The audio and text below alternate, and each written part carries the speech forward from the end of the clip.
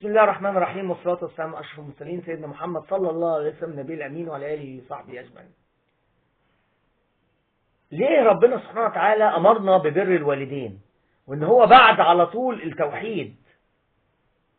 يعني قيمة بر الوالدين بعد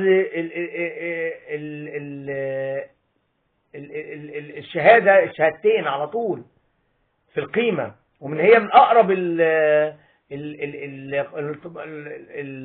الفرائض أو المقربات لله، ومن أكبر الكبائر عقوق الوالدين. لحكمة، لأن ربنا بيقول إن دول السبب المباشر في وجودك في الدنيا، فمن لم يشكر الناس لا يشكر الله. يعني اللي ما تلاقوش بيشكرك على أي حاجة بتعمله عمره ما يشكر ربنا على نعمه الكبيرة علينا. فهي دي الحكمة الكبيرة اللي ربنا عامل مخلي قيمة كبيرة لبر الوالدين في الدنيا قبل الآخرة، وعقوق الوالدين جزاؤه في الدنيا قبل الآخرة.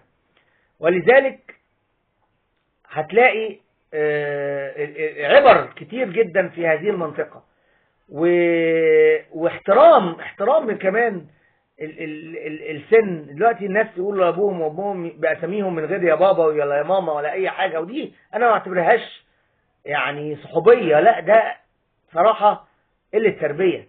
فلازم تقول له يا بابا يا ماما، ما تقولش اسمه حاف كده، هو مش من سنك. نسأل الله تعالى أن يعلمنا ما ينفعنا وينفعنا بما علمنا. السلام عليكم ورحمة الله وبركاته.